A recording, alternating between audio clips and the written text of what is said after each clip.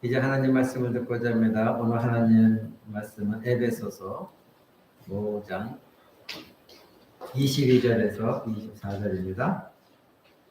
에베소서 5장 22절에서 24절 말씀. 제가 여러분 앞에 봉독해 드립니다. 아내들이여 자기 남편에게 복종하기를 주께 하듯하라. 이는 남편이 아내의 머리됨이 그리스도께서 교회의 머리됨과 같음이니 그가 친히 몸의 구주시니라. 그러나 교회가 그리스도에게 하듯 아내들도 범사에 그 남편에게 복종할지니라. 아멘. 이제 우리 하나님 말씀을 듣습니다. 우리 계속해서 에베소서 강의 듣고 있고, 오늘은 43번째 시간으로 저 제목이 아내들에게, 이 말씀 제목 가지고 여러분과 말씀을 나누고자 합니다. 오늘 본문에 말씀 들어가기 앞서서 우리가 그동안은 배워왔던 걸 다시 한번 또 뒤돌아보기를 원합니다. 에베소서 1장, 2장, 3장은 여러분이 말씀드린 대로 본질적으로 교리에 대한 말씀입니다. 그래서 교리적인 설교, 하나님 말씀은 이러이러하다, 이런 어떤 하나님의 계획에 따라 우리에게 주신 교리적인 말씀이었고, 4장에 이르러서는 그러므로 시작하면서 실천적인 말씀인 것입니다.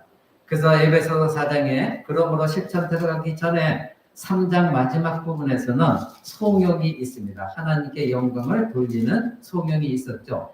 그래서 21절에 보니까 20절부터 보면 우리 가운데서 역사하시는 능력대로 우리 온갖 구하는 것이나 생각하는 것에 더 넘치도록 능히 하실 이에게 교회 안에서와 그리스도 예수 안에서 영광이 되도록 영원 무궁하기를 원하노라. 아멘. 이렇게 하나님께 영광을 올려드렸습니다. 바로 이 송영은 바로 예배소서의 교리적인 부분의 마지막 절정인 것입니다. 그래서 실천적인 부분으로 넘어갑니다. 그러므로 이렇게 넘어가죠. 여러분이 그리스도께 앞으로 나오는 것은 여러분의 삶의 종교성을 더 추구하기 위해서가 결코 아닙니다. 왜냐하면 여러분들은 이미 변화되어진 존재입니다. 이미 거듭났고 이미 중생한 존재들입니다. 그러니 옛사람은 여러분에게 없는 것이고 옛사람과는 여러분은 관계없는 삶을 사는 것입니다. 여러분은 모두가 새롭게 되어졌습니다. 그래서 여러분들이 예배 가운데 나오고 예수 그리스도 앞으로 나아가는 모든 것들은 단순히 여러분의 삶에 또 다른 그리스도를 첨가하거나 또는 여러분의 삶에 다른 종교적인 무언가를 첨가하는 것이 아니라 여러분의 삶은 이미 완전하고도 획기적으로 변화되었던 것. 그래서 나는 이미 그리스도인이고 그리스도가 내 안에 들어왔다는 걸 확신하고 기억하셔야 되는 것입니다. 그래서 그런 사람들은 4장 1절에 그러므로 주 안에서 같이 내가 너희를 원하니 너희가 부르심을 입은 부름에 합당하게 행하라. 이런 사람들은 하나님이 나를 부르신 것을 확신하고 그 부르심에 합당한 삶을 시작하는 것입니다. 여러분은 이미 배운 대로 어두움에서 빛으로 부름을 받았습니다. 하나님 나라 백성으로 부름을 받았습니다. 하나님의 자녀로 입양되어졌습니다. 영원히 하나님의 가족에 속해 있고, 그리고 여러분의 모든 삶의 모든 단계 속에서 완전한 삶으로 바꾸어 주셨습니다. 그래서 하나님이 여러분의 말씀하시기에 내가 너를 불렀으니 너는 내가 부른 그 부름에 합당하게 살라 말씀하신 거죠. 자, 그런 이런 삶은 개인적인 덕목에서 시작됐다고 말씀드렸습니다. 그래서 4장 2절에 보면 겸손하라, 온유하라, 서로 용납하고 사랑해라, 그리고 평화에 매는 줄로 하나가 되어라. 그래서 이 세상 사람들과는 다른 사람들이다 말씀하고 있죠. 그리고 17절에 가서 보니까 4장 17절에 이렇게 말씀하십니다. 그러므로 또 이렇게 말씀하시죠. 내가 이것을 말하며 주 안에서 말하는 이제부터 이방인이 그 마음에 허망한 것을 행한 같이 너희는 하지 마라. 즉 이방인 불신자와 같은 삶을 살지 마라. 이렇게 말씀하셨습니다. 그리고 20절에서 뭐라고 말합니까? 오직 너희는 그리스도를 이와 같이 배우지 아니하였다. 우리는 예수 그리스도를 올바른 성경 말씀 그대로 배웠습니다. 그 분이 어떠한 분인지 하나님 말씀을 성경적으로 다 배웠습니다. 그리고 21절에 보니까 여러분이 그리스도의 가르침을 받고 진리를 받았다고 말합니다. 진리가 예수 안에 있는 것 같이 너희가 과연 그에게서 듣고 또한 그 안에서 가르침을 받았다. 사도들을 통해 가르침 받은 겁니다. 예수 그리스도를 만났고 예수 그리스도 가르침을 받았다 이렇게 말합니다. 그런 사람들이 22절에 너희가 유혹의 욕심을 따라 썩어져가는 구습을 버렸다. 즉 옛사람을 버린 사람들이다. 이렇게 말하죠. 그러면서 23절에 뭐랍니까? 성령으로 새롭게 되었다. 너희 안에 성령님이 계심으로 너희는 이미 심령으로 다 새롭게 되었고 새로운 자아를 입게 되어졌다. 그러니 저와 여러분은 이미 완전히 근본적으로 변화된 사람들입니다. 완전히 다른 사람이 되어졌습니다. 그래서 세상성의 불신자들과는 다른 요소가 우리 안에 있는 겁니다. 여러분 불신자들의 구별되는 총합이 무엇입니까? 거기에 불신자와 우리가 다른 점, 그것은 5장 1절에 나와 있죠. 사랑을 입은 자녀같이 너희는 무엇하라? 하나님을 본받는 자가 되라. 하나님을 본받는 자. 이것이 바로 지금까지 사도 바울 선생님이 쭉 가르쳐준 새로운 사람은 이런 사람이다. 총합이 결론이 하나님을 본받아라. 이렇게 말씀하고 있습니다. 그러므로 여러분은 더 이상 여러분의 마귀의 아버지를 추종하는 자들이 아니라 하나님의 진노를 받을 자녀들이 아니라 이제는 하나님을 본받고 하나님을 따라 살아가는 여러분들이 되어진 것입니다. 이와 같이 극적인 변화가 여러분 안에서 일어나게 되었습니다. 에베소서 그래서 5장 15절은 뭐라고 말합니까? 지혜롭게 행하라. 이 말씀을 드렸죠. 여러분은 모든 것이 바뀌었기 때문에 세상의 불신자와 다르니 다름의 근원은 거듭남이니 그런 사람들 하나님의 지혜로 살아간다. 그러니 여러분들은 지혜롭게 행하셔야 되는 것입니다.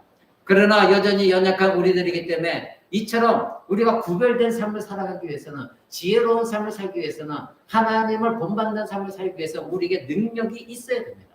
근데 우리에게 그 능력이 없습니다. 근데 어떻게 능력이 없는 연약한 우리 보고 하나님께서 이렇게 살라고 말씀하셨을까요? 바로 하나님이 그 능력을 주셨는데 그것이 무엇입니까? 5장 18절에 술 취하지 마라. 방탕한 것이 오직 성령의 충만을 받아라. 여러분들에게 성령을 주셨습니다. 그러니 성령이 여러분 안에 충만하게 거하시면 여러분은 이렇게 살아갈 수 있는 능력이 있다는 것입니다. 그러니 오직 성령의 충만을 받은 사람이 하나님을 본받는 삶을 살아갈 수가 있다. 이렇게 말하고 있습니다. 성령이 우리 자신을 지배하지 않으면 부패한 자아가 반드시 자기 자신을 지배해서 옛사람 성품으로 돌아가는 건 당연한 겁니다. 이거는 진리입니다. 여러분들이 조금의 순간순간 성령님의 인도함을 거부하면 그걸 망각하면 순간적으로 여러분은 죄에 휩싸여서 여러분의 부패한 본성이 나오게 되어 있습니다. 그러나 그리스도인은 매 순간 하나님의 영이 우리의 삶을 지배하도록 순복하셔야 됩니다. 여러분 안에 성령님이 계십니다. 부정할 수가 없습니다. 그래서 성령님은 여러분은 언제나 의와 그리고 하나님의 뜻하시 원하시는 대로 여러분을 이끌어 주시는 분이 성령 하나님입니다. 이와 같이 성령님이 충만한 사람은 우리가 지지난 시간에 배운 것이 5장 19절에 무엇입니까? 시와 찬미와 시노래를 합니다. 시편에 나와 있는 모든 말씀을 가지고 하나님을 찬양하고 서로 화답하며 하나님께 영광을 돌리게 되어 있습니다.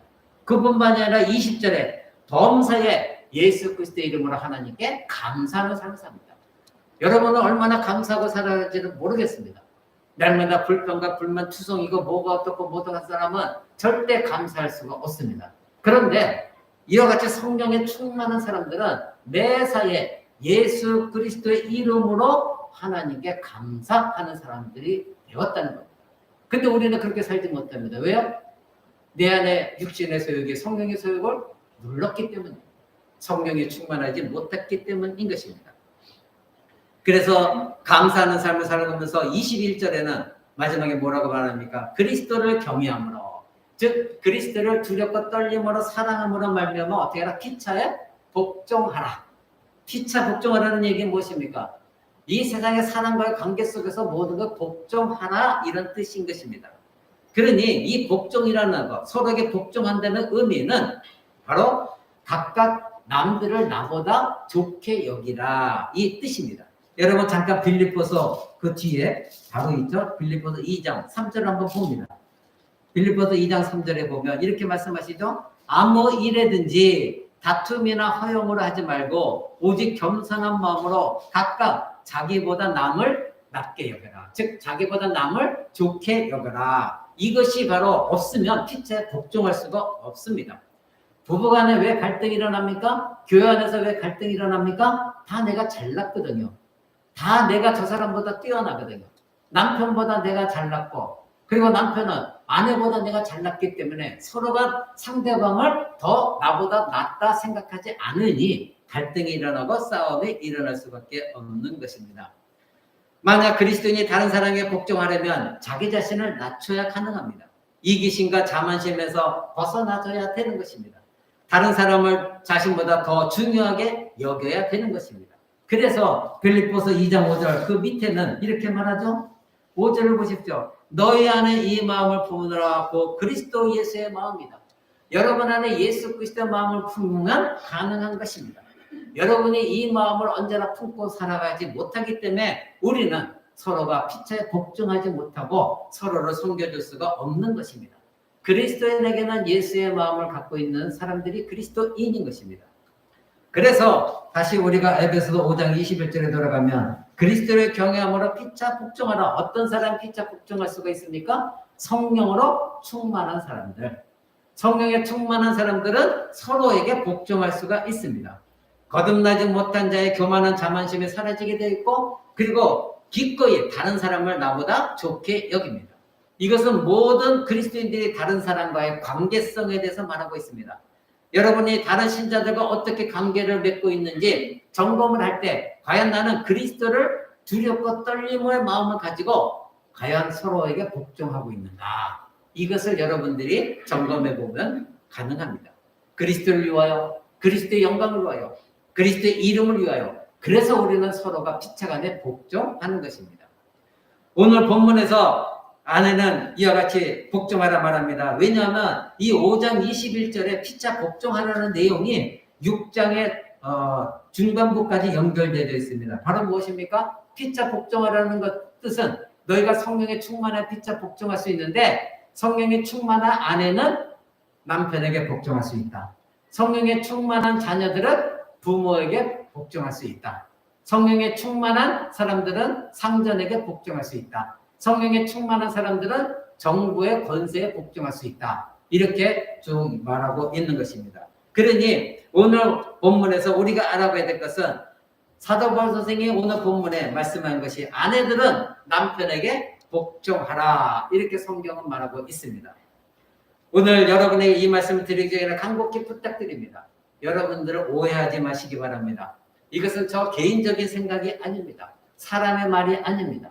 하나님의 말씀입니다. 그러니 여러분들에게 아내들이야 남편에게 무조건 복종하라 이 말을 들을 때마다 저 목사님 남자니까 저런 얘기한다. 뭘 알고선 저런 얘기해야지. 저도 여러분 형편 다 압니다. 그러나 하나님 말씀은 말씀이고 우리의 형편은 우리의 형편입니다.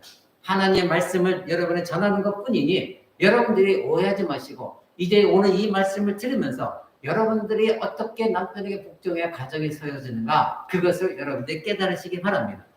사랑하는 성도 여러분, 그리스도인 아내는 가정에서 남편이 자신의 머리가 된다는 것을 반드시 기억하고 알아야 됩니다. 반면에 남편은 아내의 필요를 인정하고 그 필요를 채워주기 위해서 자기 자신이 희생하고 그래서 그 희생함으로 말미암아 아내를 보호하고 그리고 아내를 부양함으로 아내에게 복종한다는 것을 아시기 바랍니다. 아내는 남편을 나의 머리로 삼고 남편에게 모든 말에 복종하지만 남편은 그러한 아내를 사랑하고 자기를 희생해서 보호하고 그리고 부양하는 것 그것으로 인해서 아내에게 복종하는 것입니다. 자녀들은 순종적인 행동으로 부모에게 복종합니다. 그리고 6장에 넘어가면 이 세상의 종들은 오늘날 말하면 회사원들은 주인에게 또 복종하라 이렇게 성경은 말하고 있습니다. 이 모든 것들은 무엇이야 가능합니까? 아까 5장 21절에 우리 모두가 서로에게 피차 복종해야 된다. 어떤 사람들이? 성령에 충만한 사람들이. 이것을 분명 알고 있는 사람은 그런 아내는 남편에게 복종할 수가 있다. 이것입니다. 우리는 피차 겸손하게 복종해야 됩니다. 이러한 피차 복종은 하나님이 제정하신 것입니다. 하나님이 세우신 권위, 하나님이 세우신 질서입니다. 이것을 어느 누구가 막을 수가 있겠습니까? 오늘날 트렌드, 오늘날 문화가 여성 상위 시대에 있다고 그래서 여성이 가정에서도 남편을 짓밟고 그래서 남편과 싸우고 남편에게 대항하고 남편을 정복시키려고 하는 그래서 승리감을 얻으려고 하는 것 이것은 성경이 절대적으로 금하고 있는 것입니다. 그러한 가정 속에서는 하나님의 역사가 일어날 수가 없는 것입니다. 오늘 피차 복종하지만 아내는 특별히 남편에게 복종하라. 왜? 남편이 아내의 머리다. 이렇게 말하고 있습니다. 여러분들은 정부의 권세에 복종하고 있습니까? 여러분의 자녀들은 여러분의 말에 복종하고 있습니까? 또한 여러분들은 이 교회의 지도자들 그리고 하나님의 말씀을 전하는 설교자에게 복종하고 있습니까? 여러분들 이것을 뒤돌아보시기 바랍니다.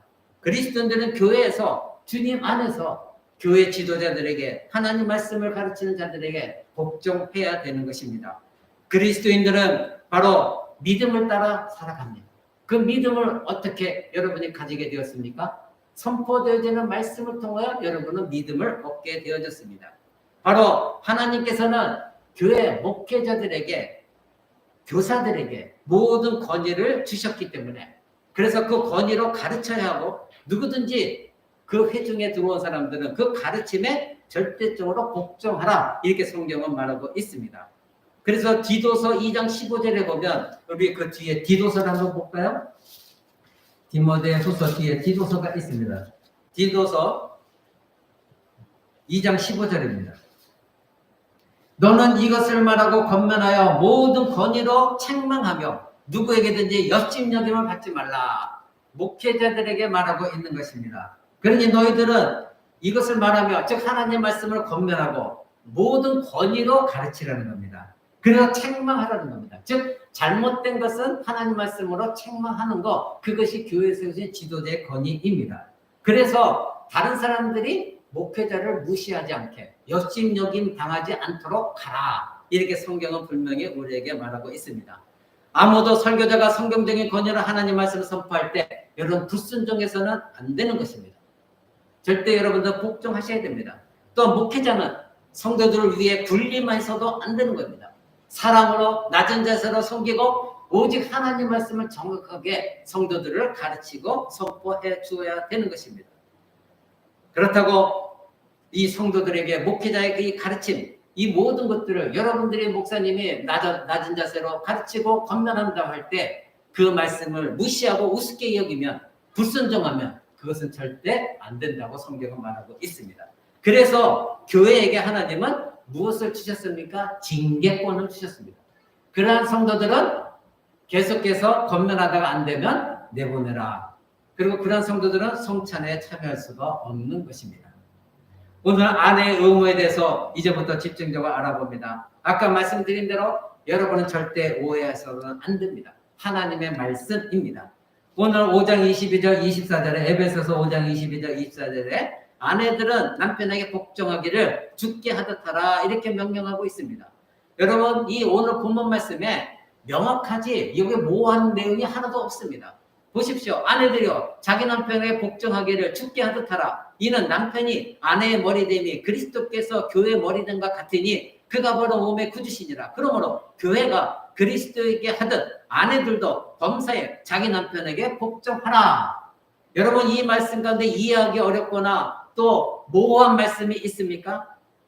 여러분 이 말씀을 이해하기 위해서 헬라의 본문을 볼 필요가 있습니까? 아닙니다. 여러분 다 이해가 되집니다. 명확합니다. 어린아이들도 이것은 이해가 되어집니다.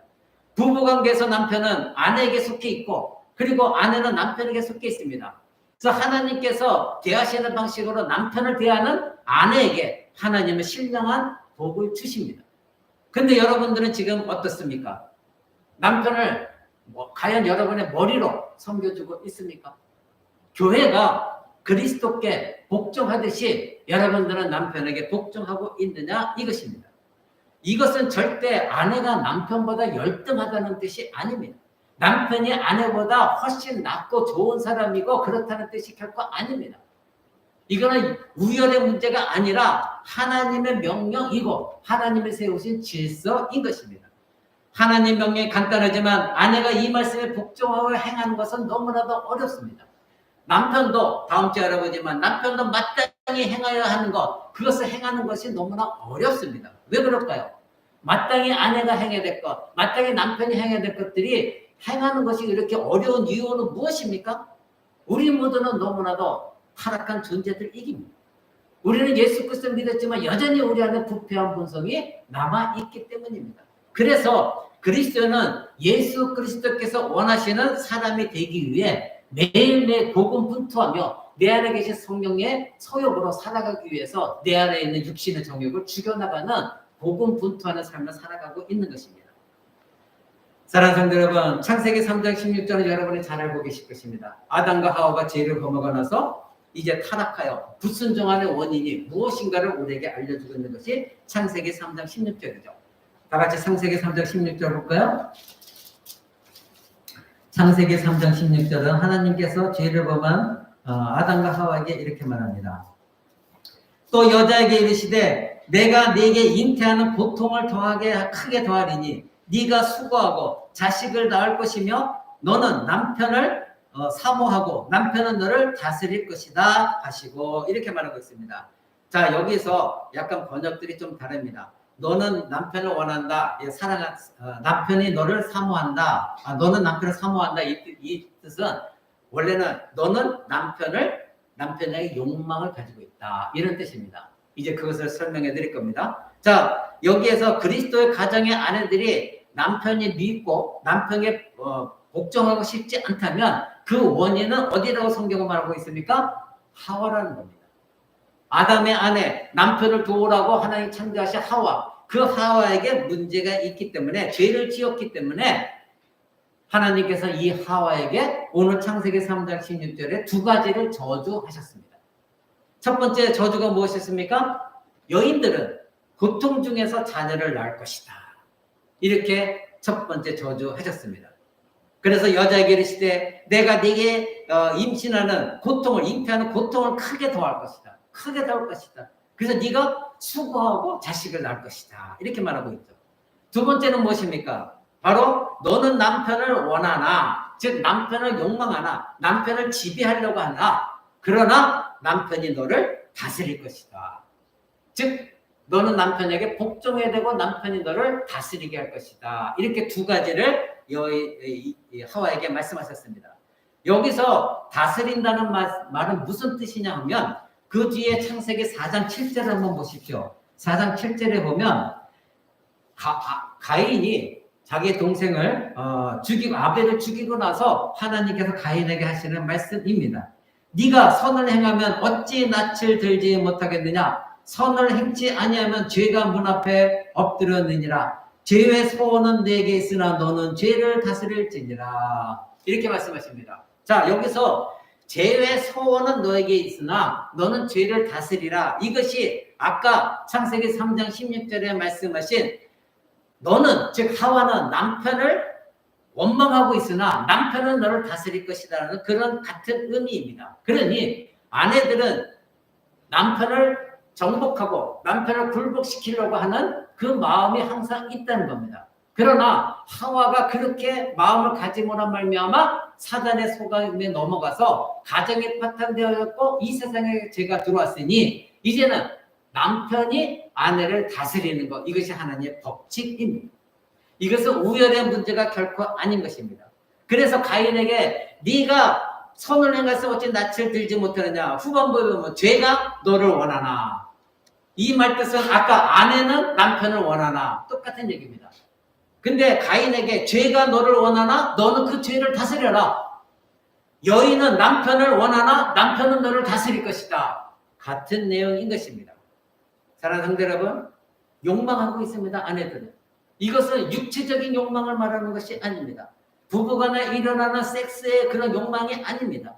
바로 그들의 마음 가운데 남편을 정복하려는 욕망, 남편을 지배하고 다스리려는 욕망, 절대 내가 지지 않겠다는 이런 마음들, 바로 이것이 죄가 하고 싶어하는 것이기 때문에 남편이 아내의 그 욕망을 다스려야 된다. 이렇게 말씀하고 있습니다.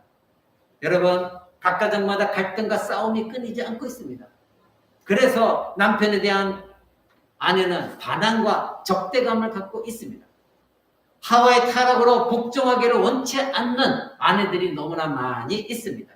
또한 타락한 남자들이 타락한 아내를 지배하려고 하기 때문에 가정에서는 계속해서 싸움이 일어날 수밖에 없는 겁니다. 이건 하나님 법칙입니다. 그래서 사도 바울의 가르침은 무엇입니까? 만약에 너희가 거듭난 그리스도인 아내라고 한다면 가정에서 남편에게 복종하는 일이 가능하다. 그리스도인만 가능하다. 왜냐하면 이미 서두에 오늘 여러분에게 처음부터 쭉 말씀드린 대로 다시 예전에 여러분 들었던 내용을 다시 새긴 대로 여러분은 변화되었기 때문에 여러분은 새롭게 되어졌기 때문에 새 사람을 입었기 때문에 가능하다 이것입니다. 하와의 하로부터 받은 그러한 잘못된 부패한 본성으로는 불가능하지만 이제는 너희는 새롭게 되어졌기 때문에 남편에게 복종하는 것이 가능하다 이렇게 말하고 있습니다. 그러니 그리스도 밖에서는 불가능했던 일들이 이제는 예수 그리스도 안에 있는 여러분들은 그것이 가능하다는 겁니다. 여기서 우리가 깨달아야 될 게 나는 정말 예수를 믿고 있는가? 나는 정말 그리스도와 연합되고 그리스도 안에 있는가? 나는 이 성찬에 참여할 때 진정으로 예수 그리스도와 내가 연합된 걸 분명히 알고 있는가? 그렇다면 그런 사람들은 남편에게 복종하는 사람들입니다. 그리스도 밖에서는 불가능하지만 그리스도 안에서는 가능합니다. 왜? 새 사람이 변화되었기 때문에. 그래서 아내들아 남편에게 복종하라 이렇게 말하고 있는 것입니다. 여러분 왜 그렇게 해야 됩니까? 하나님께서는 하나님의 뜻에 따라서 남자와 여자를 다르게 창조하셨습니다. 남자를 아내의 머리로 삼으신 것은 하나님 뜻과 계획이고 하나님 질서입니다. 그런 관점에서 성경을 바라봐야 되는 것입니다. 남자가 여자보다 더 똑똑한 것도 아닙니다. 더 현명하지도 않습니다. 경험이 많은 것도 아닙니다. 통찰력이 있는 것도 아닙니다. 영적이지도 않습니다. 더 가치가 있다는 것도 아닙니다. 하나님은 단순히 남자를 육체적으로 여자보다는 더 강하게 만드셨습니다. 왜요? 아내를 돌보라고. 그래서 베드로전서 3장 7절에는 아내는 약한 그릇이다. 깨어지기 쉬운 그릇이다. 그러니 남편이 아내를 잘 돌봐야 된다. 이렇게 말하고 있습니다. 바로 하와는 쉽게 깨어졌습니다. 쉽게 사단의 속임에 넘어갔습니다. 그러니 남편이 그 아내가 계속해서 사단의 속임에 넘어가지 않도록 남편이 다스려야 된다. 이것이 기독교 가정의 하나님이 주신 말씀인 것입니다. 사랑하는 성도 여러분, 아내는 남편보다 지적으로 열등하지 않습니다. 정신적으로도 열등하지 않습니다. 지혜나 미덕이 전혀 남편보다 떨어지지 않습니다. 단지 이것은 하나님이 세우신 질서입니다. 하나님의 명령하신 것입니다. 그래서 골로새서 3장 18절에도 사도 바울이 말합니다. 아내들아 남편에게 복종하라. 이는 주 안에서 마땅하다. 즉 아내가 남편에게 복종하는 것은 그리스도 안에서 합당하다는 겁니다. 그것이 맞는 것이다. 이렇게 말하고 있습니다. 사랑하는 성도 여러분, 이 말씀들은 이 여성에 대한 말씀은 오늘날 교회 안에도 해당되어지는 말씀입니다. 그래서 여러분들은 디모데전서 2장 11절 한번 봅니다. 신약성경 디모데전서 2장 11절. 디모데전서 2장 11절. 여자는 1절 순종함으로 조용히 배우라. 여자의 가르치는 것과 남자를 주관하는 것을 허락하지 아니하노니 오직 조용할지니라. 이는 아담이 먼저 지음받았고 하와가 그 후며 아담이 꾀임을 보지 아니하고 여자가 꾀임을 당해 죄에 빠졌기 때문이다. 사랑하는 성도 여러분, 이 말씀은 교회 안에 하나님께 주신 말씀입니다. 누차 말씀드리지만 여러분, 저는 하나님의 말씀을 전하고 있지 제 개인적인 얘기를 하고 있지 않다는 걸 여러분 아시기 바랍니다. 이 말씀은 오늘날 교회 안에 여성 목회자를 세워서는 안 된다는 겁니다. 여성 설교자가 설 자리는 없다고 성경은 말하고 있습니다. 물론 여자는 교회에서 여성을 가르칠 수 있습니다. 자녀들도 가르칠 수 있습니다. 그러나 남자를 가르치는 설교는 될 수가 없다는 겁니다. 하나님이 금하셨습니다. 그런데 오늘날 보십시오. 오늘날 저국계 인본주의적이고 그리고 성평등 의식 그리고 여성들에게 인기를 얻기 위하여 하나님의 말씀을 이 명령을 교회가 스스로 어기고 수많은 여성 설교자를 세우고 수많은 여성 목회자에게 안수하고 그래서 수많은 여성 목회자들이 양산해내고 있는 것이 오늘날 조국 교회입니다. 여러분 이것은 안타까운 일입니다. 하나님 말씀에 어기는 것입니다. 여러분 오늘 12절 보십시오. 여자가 가르치는 것과 남자를 주관하는 것을 허락하지 않는다. 교회 안에서 여자는 조용하라. 그저 가만히 있으라 이렇게 말합니다. 이것이 남성 우월적인 문화입니까? 이것은 아닙니다. 바로 그 이유에 대해서 말하고 있습니다. 왜 여성은 교회에서 남성을 가르칠 수가 없고 그리고 여성은 조용해야 되느냐? 그것은 그 밑에 13절, 14절에 나와 있습니다. 바로 이러한 이유는 아담이 먼저 지음을 받았고 하와가 그 후에 지음 받았고 아담이 속은 것이 아니라 여자가 속아 죄에 빠졌기 때문이다. 그 이유를 두 가지로 말하고 있습니다. 여러분 이 말씀을 이해하는데 많이 어렵습니까? 아니죠. 명확합니다. 간단합니다. 이해하기가 쉽습니다. 여기에 모호함이 전혀 없습니다. 그러니 오늘날 교회에 여성 목회자를 세운다는 것, 여성 목사가 축복 기도하고 말씀을 남자들에게 가르친다는 것, 이거는 있을 수가 없는 일입니다. 이런 것들은 하나님의 뜻을 인간이 왜곡하고 그리고 인간적으로 해석해버리고 그래서 평화, 여성 중심 이런 문화에 휩쓸려서 인간 중심적인 해석을 하여 여성 목사를 세운 것이 오늘날 주복기의 문제입니다. 사랑하는 여러분, 여성은 남자보다 열등하지 않습니다. 더 똑똑한 사람이 많이 있습니다. 그런데 여성 신학자들은 말합니다.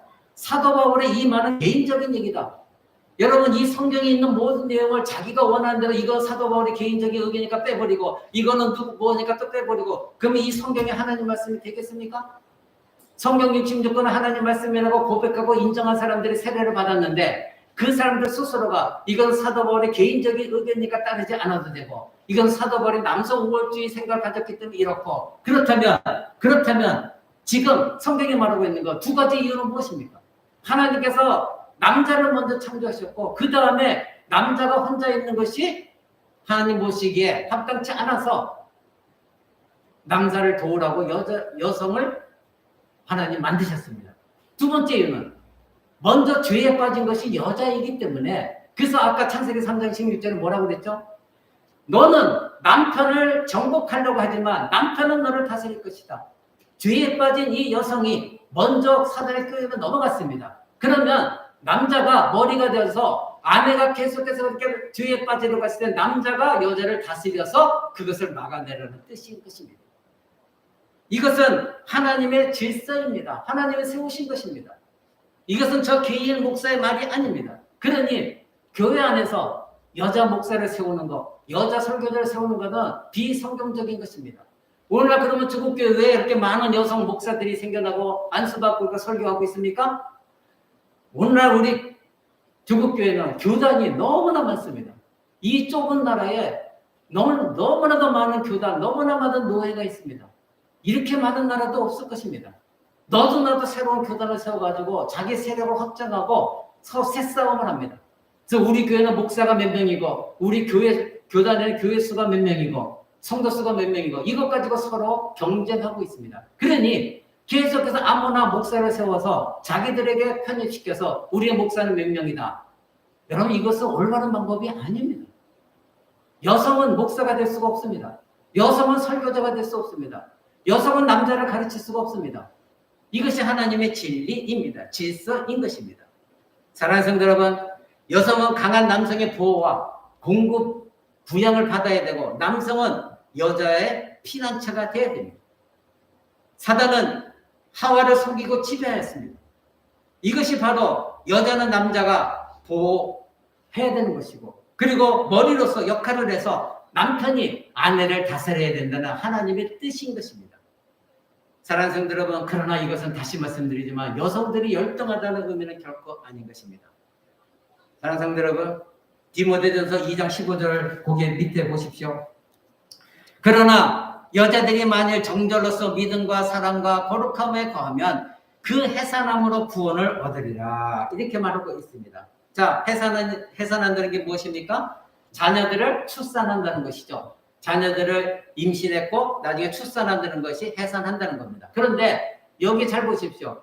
해산함으로 구원을 얻는다는 겁니다. 아니 우리는 예수 그리스도를 믿고 구원을 얻었는데 여자가 자녀만 나오면 구원을 얻는다는 그런 의미입니까?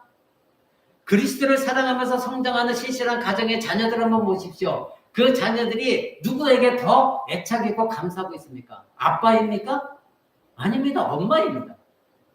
엄마와 자녀들이 엄마에 대한 사랑, 아빠에 대한 사랑은 다릅니다. 바로 어머니가 아버지보다 더 마음의 친밀함을 자녀들이 느낍니다. 왜요?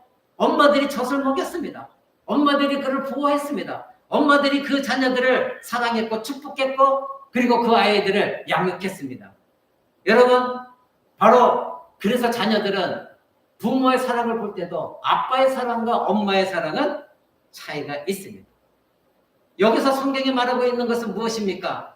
자녀를 낳음으로써 구원을 얻는다? 그러기에 이와 같이 올바른 믿음의 아내가 남편에게 순종하면서 이제 그러한 자녀를 부모에게 순종하는 자녀를 해산했을 때 바로 그 행위로 말미암아 남편이 아내를 지배하고 있는 그러한 곳에서 구원을 얻는다 이 뜻입니다.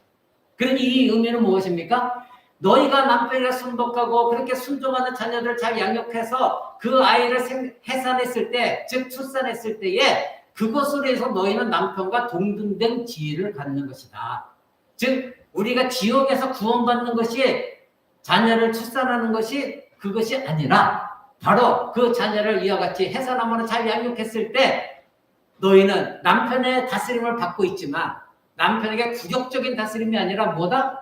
그 굴욕적인 다스림에서 벗어나 구원을 얻어 남편과 동등한 위치에서 다스림을 받는 것이다. 이렇게 말씀하고 있는 것입니다. 그러니 여기서 여러분은 혼란을 가져서는 안 되는 것입니다. 많은 사람들이 예수 그리스도를 믿음으로 구원 얻는다고 알고 있는데 여기는 여성이 자녀를 해산함으로 구원 얻는다고 했으니 이것도 무엇인가? 그러면 여성들은 불신자랄지라도 자녀를 생산해내면 구원을 얻는다는 뜻인가? 그렇다면 예수 그리스도는 무엇이 되는가? 말이 안 되는 얘기입니다. 그러니 여러분들 아내들은 자녀를 해산해서 남편에게 순복하며 자녀를 잘 양육하는 그러한 출산이 되어진다면 여러분들 더 이상 남편의 열등감을 갖는 지배 속에 종속되어지는 것이 아니라 동등한 위치에 있다고 말하고 있는 것입니다. 사랑하는 성도 여러분, 바로 이 말씀은 남성의 권위에 대한 순종이나 열등의식에서 여러분들을 구원해 주시는 하나님의 말씀인 겁니다. 이제 베드로 사도도 그렇게 말합니다. 여러분 그 뒤에 베드로전서 2장 13절 한번 봅니다. 베드로전서 2장 13절 이렇게 말하고 있습니다.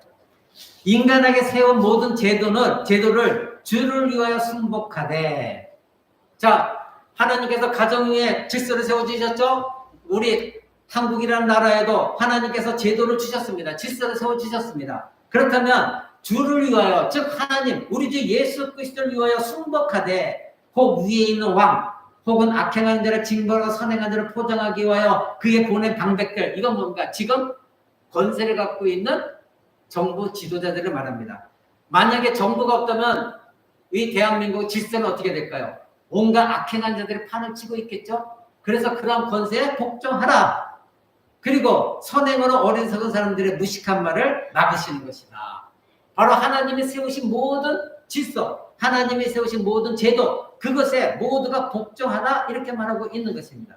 그런데 그 뒤에 18절을 보십시오. 사환들아 범사의 두려움으로 주인에게 순복하되 선하고 간영하는 자들에게만 아니라 또한 까다로운 자들에게도 그렇게 하나. 즉 오늘날 말하면 회사에 가서 일하는 사람들, 그런 사람들도 주인에게 복종하라 이렇게 말하고 있죠. 3장 1절을 보십시오. 아내된 자들아 이와 같이 자기 남편에게 순복하라. 하나님께서 세우신 제정하신 법칙이다. 가정에 세우신 제정하신 법칙이다. 나라의 법에 권세자에 순복하듯이 너희는 남편에게 순복하라 이렇게 말하고 있습니다. 사랑하는 성도 여러분, 아주 명확하게 성경은 우리에게 명령하고 있습니다. 모호하지 않습니다. 이것을 다르게 해석할 이유도 없습니다. 성경은 지금 남성, 여성, 본질적인 특성, 뭐 가치, 열등 이런 것에 말하는 것이 아니라 하나님이 세우신 질서 가운데 기능에 대해서 말하고 있는 것입니다. 그런데 그 이유를 뭐라고 말합니까? 3장 1절 후반절을 한번 보십시오. 3장 1절 후반절. 혹 도를 순종하지 않는 자라도 말로 말미암지 않고 그 안의 행위로 말미암아 구원을 얻게 하려 합니다. 아멘. 여러분, 이 말씀은 제가 여러분과 대화하면서 수없이 여러분에게 권면해드렸고 말씀드렸던 것입니다. 남편이 불신자라고 한다면 아내가 편해요. 아내의 생각과 말과 행위가 편해야 남편을 하나님 만지신다. 수없이 여러분의 말씀드린 내용입니다. 오늘 지금 성경은 말하고 있습니다. 3장 1절 뒷부분에 혹 말씀을 순종하지 않는 자라도, 이거만 남편이 하나님 말씀에 불순종하는 불신자라 할지라도 말로 맘지 않냐고, 즉 여러분들이 아무리 그 남편에게 말을 한다 할지라도 그것이 아니라 바로 아내의 행동, 아내의 행실로 구원을 얻게 하려 하십니다. 말로 싸우지 말고, 남편을 지배하려고 하지 말고, 남편을 억누르려고 하지 말고, 오히려 여러분의 행위로 복종하면서 거룩한 행동으로 남편에게 복종했을 때, 여러분의 행실이 그렇다면 누가 하신다는 겁니까? 하나님이 그 남편을 구원하신다는 겁니다. 아내를 봤을 때에 너 같으면 내가 교회 가겠느냐? 네가 그리스도인이냐? 한다 그러면 어떻게 그 남편을 구원할 수가 있겠습니까? 남편이 나의 머리라 생각하고 하나님 말씀 순복하여 하나님 저 영혼을 구원해 주세요. 그러나 나는 남편에 복종하겠습니다. 그랬을 때에 말로 싸우고 대항하는 것이 아니라 그런 행위를 보냈을 때에 하나님은 그 남편의 마음을 만지십니다. 그런데 여러분의 누차 제가 권면드린 게, 남편을 여러분들이 제 앞에서 여러분들 구원시키려고 하지 마라. 그건 불가능한 거예요. 있을 수가 없습니다. 하나님께 맡겨 들어라. 그 선한 행위를 하라. 남편에게 감동을 주어라. 그러면 하나님이 남편의 그 강팍한 마음을 하나님 만져주신다. 하나님은 하시겠다는 겁니다. 여러분들이 예수 그리스도를 믿고 하나님 자녀가 된 게 여러분이 노력해서 됐습니까? 아니지 않습니까? 하나님의 일방적인 구원의 은혜였습니다. 여러분이 원치 않아도 예수 그리스도를 이 땅에 오셔서 십자가에 죽으셨습니다. 저와 여러분 때문입니다. 하나님이 하셨습니다. 그 남편도 여러분들이 이와 같이 그러한 행위를 하게 되어지면 하나님께서 구원해 주신다는 뜻입니다. 불신자인 남편이 아내의 순결하고 그 존경스러운 행동을 봤을 때에 남편들은 그냥 보고 즐기는 것이 아니라 인간이기 때문에 그 마음에 깨닫는 것들이 있습니다. 그래서 그 마음을 하나님 만지시기 시작하면서 돌짝처럼 굳어진 마음들이 점점점 살코기 같은 마음으로 바꿔주시는 분이 하나님이십니다. 여러분 그것을 믿으셔야 돼요. 여러분이 하려고 하기 때문에 싸움이 일어납니다. 가정이 파탄되어집니다. 이혼합니다. 결국 피해자는 누구입니까? 여러분의 자녀 아닙니까? 자녀가 무슨 죄가 있습니까? 자녀 앞에서 부부가 이렇게 싸우고 서로 치고받고 수치하고 남편에게 불순종하고 쌍욕을 한다면 누가 그 자녀들이 어떻게 부모를 통해서 예수 그리스도를 만날 수가 있느냐 이겁니다. 어떻게 그 불신자의 남편이 아내의 그 행동을 보면서 교회 다닌다는 건 너가 그렇게 해가는데 교회 다니는 것들은 다 그 모양이나 말한다면 어떻게 여러분 남편을 구원할 수가 있겠다는 겁니다. 사랑하는 성도 여러분, 불신자인 남편을 여러분 이기고 싶습니까? 그렇다면 답이 있습니다. 싸우지 마십시오. 오늘 지금 말씀한 대로 말로 하지 마라. 싸우지 마라. 말없이 여러분의 행동으로 남편을 이기십시오. 그것이 참된 승리자입니다. 말로 싸우지 마십시오. 말로 싸우면 서로가 그 말을 갈고리 잡고 트집 잡고 계속해서 엄청난 작은 불이 엄청난 집을 다 불살라버리는 화근이 되어져 버립니다. 행실로 보여주시기 바랍니다. 그것이 무엇입니까? 3장 2절 보십시오. 너희의 두려워하며 정결한 행위를 보기 때문이다. 누가? 남편이. 남편이 여러분의 두려워하고 떨림으로 그러한 행실을 했을 때에 남편은 그거를 보고 구원을 얻는다. 이것이 성경의 진리입니다. 믿으십니까? 그러나 남편이 아내에게 죄를 짓도록 요구하거나 하나님 말씀에 불순종을 요구한다는 것은 여러분이 불순종해도 됩니다. 그런 것에 굴복하라는 것이 아닙니다. 사도행전 5장 29절에 보면 사도 베드로가 말합니다. 사람보다 하나님을 순종하는 것이 마땅하니라. 즉 내가 사람의 말에 순종하랴 하나님 말씀에 순종하랴 나는 하나님 말씀에 순종한다. 이것이 신자들입니다. 그래서 만약에 남편이 여러분에게 하나님 말씀을 어기도록 요구한다면 그때는 불순종하고 이렇게 말해야 됩니다. 당신은 나에게 대한 그리스도에 대한 나의 충성을 가로막을 수가 없다. 그리스도에 대한 나의 헌신을 어기고 당신에게 순종하라고 하는 것은 나는 불순종할 수밖에 없다. 그것은 나는 받아들일 수가 없다. 이것만은 분명해야 됩니다. 그러나 이와 같이 신앙적인 문제가 아니라고 한다면 남편을 이기는 방법은 바로 복종하는 것입니다. 반항하고 싸우는 것이 아닙니다. 복종하는 것이 승리하는 것입니다. 여러분들은 이 자리에 있는 아내들은 이 사실을 기억하십시오. 그때 남편은 아내의 순결하고 남편에게 존경심 있는 행동을 보면서 마음이 변화되어지는 것입니다. 여러분 주변의 가정들 보십시오. 남편이 계속해서 강박해지는 이유를 한번 보십시오. 전부 남편들을 욕하죠?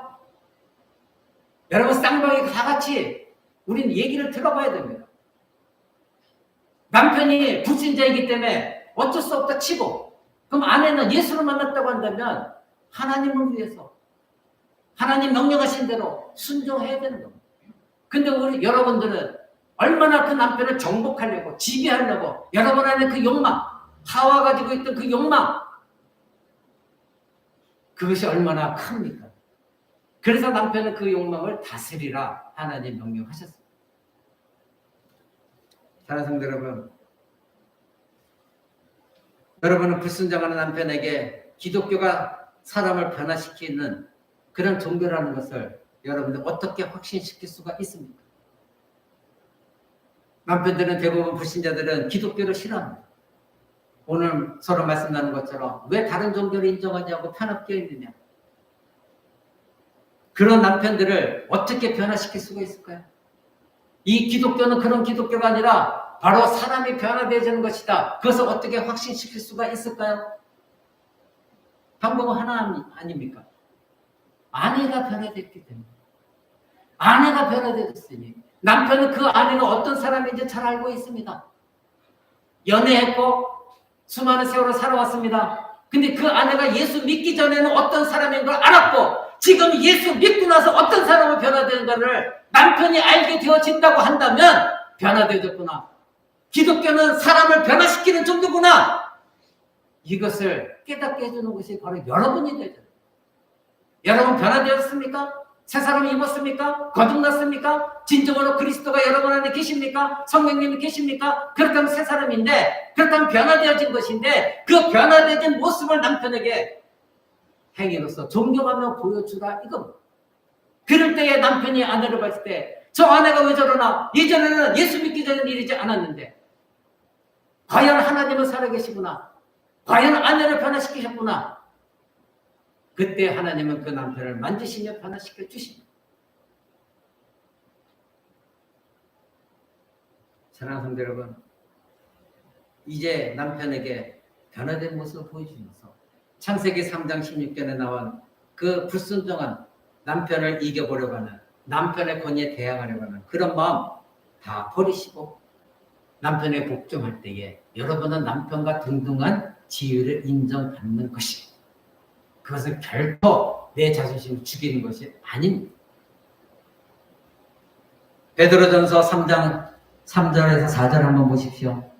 너희 단장한 머리를 꾸미고 금을 차고 아름다운 옷을 입는 외모로 하지 말고 오직 마음에 숨은 사람을 온유하고 안정한 심령에 썩지 아니할 것을 알아. 이는 하나님 앞에 값진 것이다.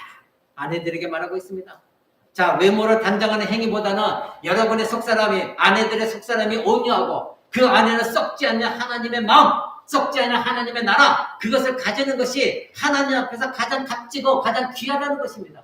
이것을 지금 아내들에게 말하고 있습니다. 비록 여러분의 남편이 불신자라 할지라도 여러분 아내의 마음이 하나님 앞에 올바르면 바로 남편에게 썩어지지 않을 영원한 세계를 아내를 통해서 보여준다는 것입니다. 여러분 하나님 나라에 썩어지지 않을 그 영원한 영생 그것을 남편에게 보여준 적 있습니까? 남편하고 치고받고 싸운 적은 있어도 그 남편에게 하나님의 영광 이 썩지 않을 놀라운 이 축복 하나님의 나라에 대해서 여러분이 행위로서 보여준 적이 있습니까? 사도 지금 베드로 그걸 말하고 있는 것입니다. 마음 여러분의 외모에는 너무나 치장을 많이 합니다. 남들이 나를 잘 봐야 되고 나를 무시하지 않기 위해서 정말 부자처럼 보여지기 위해서 여러분 멋들어진 옷을 입습니다.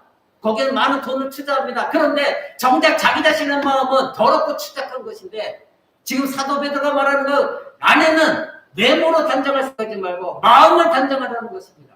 너의 속사람을 올바로 가짐으로 말미암아 변화된 마음을 가지고 남편에게 행동을 하라는 것입니다. 그것이 단장하는 것이다. 이것입니다. 아내가 하나님 앞에 가장 값진 것, 가장 기초한 것은 무엇이라고 말합니까?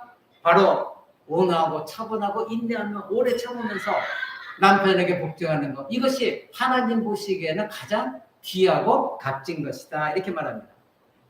3장 5절에 한번 보십시오. 전에 하나님께 소망을 두었던 거룩한 부녀들도 이와 같이 자기 남편에게 순복함으로 자기를 단정하였다. 여러분, 이것은 무엇입니까? 믿음의 선진들, 교회로 말하면 오늘날 권사님들이나 은퇴한 사람들, 이런 사람들은 다 옛적에 바로 우리 믿음의 조상들 이미 죽으셨던 사망하신 그런 분들도 하나님께 소망을 두었던 거룩한 여자라고 말합니다. 그렇게 하나님께 소망을 두었던 거룩한 옛적의 여자들도 이와 같이 자기 남편에게 복종하여 자기 자신을 단정하였다. 자기 자신을 아름답게 꾸미는 것이 귀걸이하고 멋진 옷을 입고 이것이 아니라 거룩한 여인들, 바로 하나님께 소망을 가진 자들은 남편에게 복종함으로 말미암아 자기 자신을 아름답게 가꾸었다. 이렇게 말하고 있습니다. 아내가 단정하는 것은 외모가 아닙니다. 속사람이 남편에게 복종함으로 말미암아 단정하는 것입니다. 이것이 하나님께서 주신 말씀입니다. 하나님의 기준입니다. 여러분 6절을 보십시오. 사라가 아브라함을 주라 칭하여 복종한 것과 같이 너희가 선을 행하고 아무 두려운 일에 놀라지 아니하므로 그의 딸이 되었느니라. 이렇게 말하고 있습니다. 구약의 사라는 바로 남편의 아브라함의 그 권위를 인정했고, 그리고 아브라함이 가정과 자기 자신의 머리임을 인정했고, 그래서 주라 치겠습니다. 아브라함을 나의 주인입니다 치겠습니다. 여러분 그렇게 살고 있습니까? 남편은 나의 주다 고백하고 있습니까? 뒤에 보십시오. 너희가 선을 행하고 아무 두려운 일에 놀라지 아니하므로 그의 딸이 된다. 누구의 딸이 된다? 이와 같이 사라의 딸이 될 수 있다는 겁니다. 우리는 아브라함의 후손이라고 말합니다. 로마서는 말하고 있습니다. 왜? 아브라함의 믿음, 그것을 우리는 그대로 우리는 믿었기 때문에 아브라함의 후손이 되어졌습니다. 우리는 아브라함 만나본 적도 없습니다. 동일하게 여러분들이 아내가 남편의 권위를 인정하고 남편을 머리로 삼고 그래서 나의 주라 고백한다면 여러분들은 아브라함의 딸인가 동시에 사라의 딸이다. 이렇게 말하고 있는 것입니다. 사랑하는 성도 여러분, 아내가 두려움 없이 올바른 행동을 할 때 이와 같이 여러분들이 어떤 남편에 복종하고 할 때 자존심도 상하고 때로 기분도 나쁘고 두려움도 있을 것입니다. 그러나 지금 베드로가 가르치는 것은 무엇입니까? 바로 두려움 없이 아무 두려워거나 놀라지 않냐고 흔들림 없이 복종하라고. 그러면 그 다음에 누가 할 것입니까? 여러분의 편은 누가 들어주십니까? 나는 억울해요. 남편이 이런데 제가 어떻게 복종하라는 겁니까? 그러나 여러분을 복종하면 여러분의 편은 누가 되어주십니까? 하나님이십니다. 하나님이 여러분의 편이 되어주십니다. 이것을 믿으셔야 되는 거예요. 그러니 아내는 말씀에 순복하여 이 남편에게 복종하고 하나님을 신뢰하십시오. 하나님은 절대 여러분의 희생을 하나님의 세우신 가정을 위해서 여러분이 헌신하는 것들을 그대로 내버려 두지 않으십니다. 무시하지 않으십니다. 반드시 갚아주십니다. 그것을 믿으셔야 돼요. 근데 이 믿음이 없으니까 가정 안에 싸움이 일어납니다. 여러분 디도서 2장 3절 5절 한번 봅니다. 그 앞으로 가서 디도서 2장 3절 5절입니다. 디도서 늙은 여자라는 이와 같이 행실이 거룩하며 참소하지 말며 많은 술에 종이 되지 아니하며 선한 것을 가르치는 자들이 되고 저들로 젊은 여자들을 교훈하되 그 남편과 자녀를 사랑하며 근신하며 순전하며 집안일을 하며 선하며 자기 남편에게 복종하게 하라. 이는 하나님의 말씀이 회방을 받지 않게 하려 함이니라. 아멘. 여러분 여기 늙은 여자라고 표현된 것은 무엇입니까? 이미 예수 그리스도를 믿고 있지만 나이 드신 분들은 말합니다. 교회 안에 권사님 같은 분들 말합니다. 그런 사람들은 이와 같이 행실이 거룩하고 서로를 모함하지 말고 술을 먹지 말고 선한 것을 가르쳐라. 특히 젊은 여자들을 가르쳐라. 그리고 그 젊은 여자들이 남편과 자녀를 사랑하게 하라. 그리고 순진하며 집에서 집안일을 돌보고 그리고 남편에게 복종하게 하라. 그 이유가 무엇이냐? 바로 이는 하나님의 말씀이 비방을 받지 않게 하려 합니다. 이렇게 말하고 있습니다. 하나님 말씀이 세상 사람들로 하여금 무시당하고 비아냥거림 당하지 않게 하시고자 너희는 아내들은 남편에게 복종하라. 가정에서 일어나라. 자녀들을 양육하라. 그것을 나이 든 여자들은 젊은 여자들에게 알지 못하니 가르쳐라. 이렇게 말하고 있습니다. 여러분들 그리스도의 십자가 보고 여러분을 변화시켰다는 것을 보여주기를 원한다면 여러분은 반항적인 아내가 될 수 없습니다. 남편을 억누를 수가 없습니다. 여러분의 마음을 변화시키신 그리스도의 은혜를 남편에게 흘러보내지 못하게 되어집니다. 그렇다면 어떻게 그 남편을 위해서 기도한다고 하면서도 계속 남편에게 대항하고 억누르고 싸우고 그런 가운데서 어떻게 남편을 구원해달라고 기도할 수가 있겠습니까? 하나님 말씀은 이와 같이 불순종하면서 여러분의 십자가 은혜를 구원을 얻었습니다. 남편도 십자가 은혜를 알아야 되는 것입니다. 그것은 여러분들이 가정에서부터 남편에게 복종함으로 시작하시기 바랍니다. 아내의 역할에 대한 단호한 진술들입니다. 이것은 여성의 본질적으로 자질이나 성격이나 무엇에 관한 것이 내용이 아닙니다. 바로 하나님의 질서입니다. 그러므로 여자들은 바로 남편을 사랑하도록 가르침을 받아야 됩니다. 단지 복종이 아닙니다. 사랑하기 때문에 강한 애정을 남편에게 갖고 있기 때문에 바로 그 남편을 복종하는 것입니다. 여러분 남편들을 사랑하십시오. 아내들은 자녀에 대한 애틋한 마음이 있습니다. 그래서 자녀가 생기고 나면 남편들을 등한시합니다. 그건 잘못된 것입니다. 남편들을 사랑하고 그리고 자녀들 동일하게 사랑하는 것. 그것이 바로 그리스도인의 아내들입니다. 이것이 성경에 말하는 여성들을 향한 우선순위입니다. 복종하십시오. 남편을 사랑하십시오. 자녀들을 사랑하는 것과 동일하게 남편을 사랑하십시오. 애정을 가지십시오. 부모들이 자녀에게 줄 수 있는 가장 좋은 것은 배우자를 사랑하는 것을 보여주는 것. 부부가 서로 사랑하고 부부가 서로 존경하고 아내는 남편에게 복종하고 남편은 아내를 사랑하고 돌보고 보호하는 것. 이것을 자녀들이 보고 자라난다면 그것이 가장 자녀들에게 대한 축복입니다. 근데 여러분은 어떻게 살고 있습니까? 여러분 자녀에게 어떤 모습을 보여주는 부부입니까? 자녀들에게 어떤 모습을 보여주는 어머니입니까? 복종의 방식이 있습니다. 에베소서로 돌아갑니다. 에베소 5장 22절입니다. 오늘 본문으로 다시 돌아갑니다. 에베소 5장 22절. 이렇게 말합니다. 아내들이여 자기 남편에게 복종하기를 주께 하듯 하라. 복종의 방식이 어떻게 하라고요? 예수 그리스도께 하듯이 복종하라. 예수 그리스도를 대하듯이 남편을 대하라. 하나님이 가정을 설계하셨습니다. 하나님이 세우셨습니다. 아내가 남편을 주께 하듯 복종하도록 하나님이 설계하셨습니다. 그래서 21절에 보면 5장 21절에 그렇게 말하죠.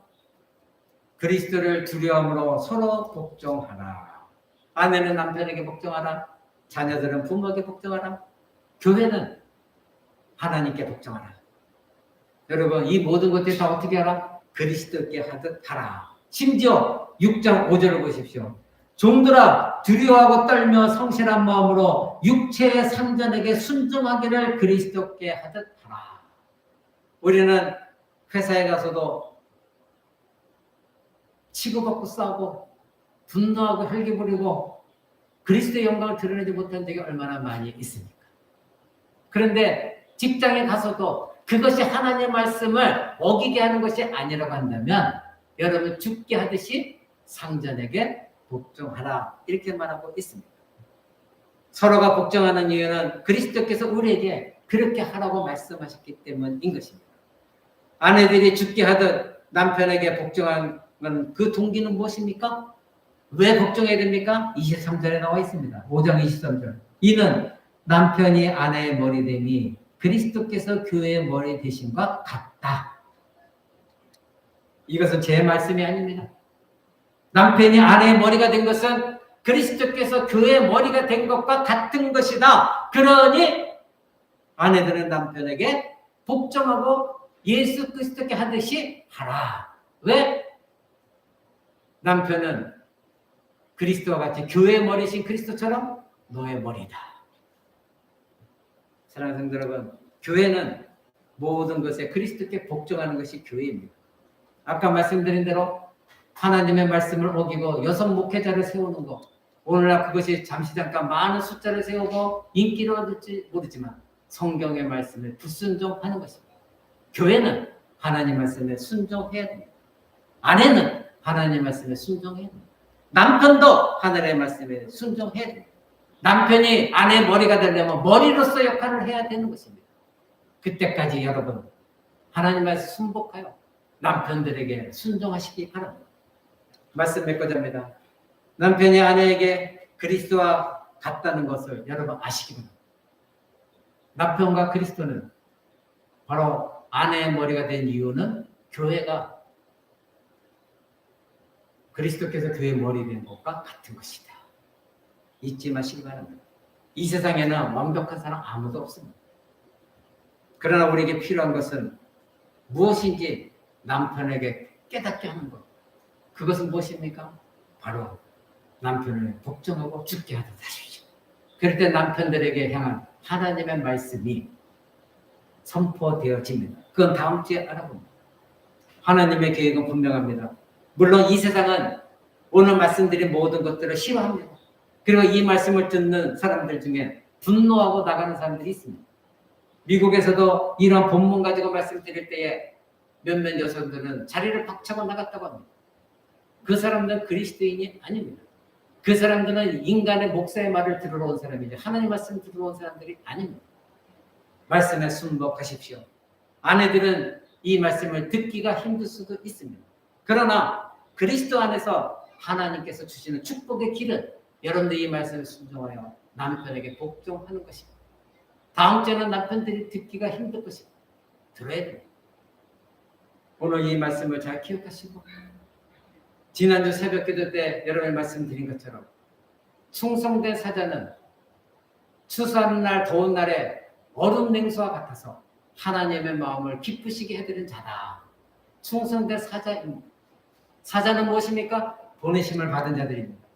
예수 그리스도는 하나님께서 보내셨을 때에 이 땅에 자기 자신이 하나님이심에도 불구하고 하나님 아버지의 뜻에 절대적으로 복종하여 인간의 몸을 입고 이 땅에 오셔서 십자가에 죽으셨습니다.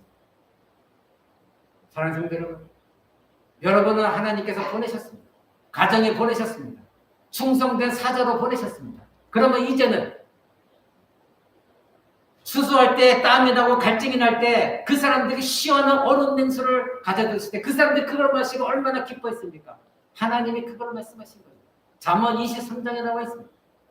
너희는 그같이 충성된 사자가 되어서 하나님의 마음을 그토록 얼음 냉수처럼 시원하게 해드려라. 오늘 말씀에 순복하면 여러분들 그렇게 할 수가 있습니다. 기도하겠습니다.